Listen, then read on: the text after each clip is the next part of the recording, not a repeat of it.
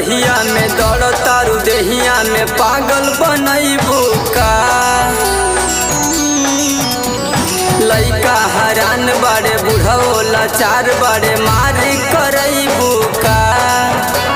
चल तालू रहिया में दौड़ तारू देहिया में पागल बनैबू का।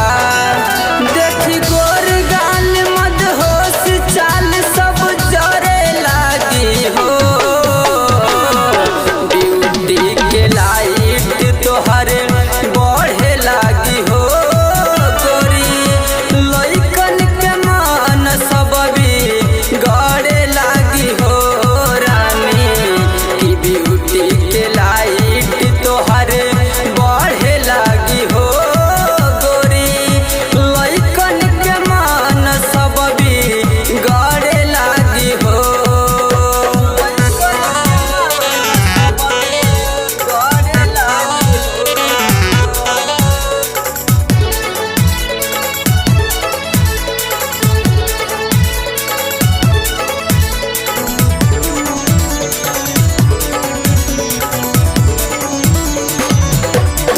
चोली काहे इतना टाइट बहो दोनों लौकत तोहार हेडलाइट बहो।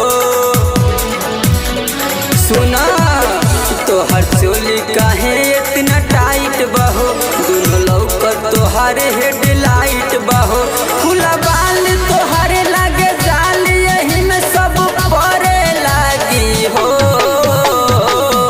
कि ब्यूटी के लाइट तोहारे बढ़े लागी हो गोरी लइकन के मन सब भी गड़े लागी हो रानी की ब्यूटी के लाइट तोहरे बढ़े लागी हो सुगी लइकन के मन सब भी गड़े लागी हो।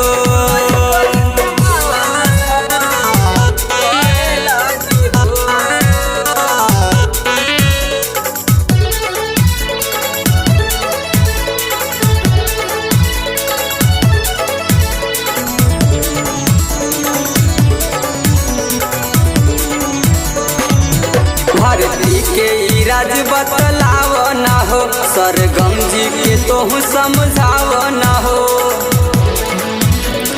हाँ धर्मेंद्र के राज बतलाव ना हो शैलेश के तोहू समझाव ना हो।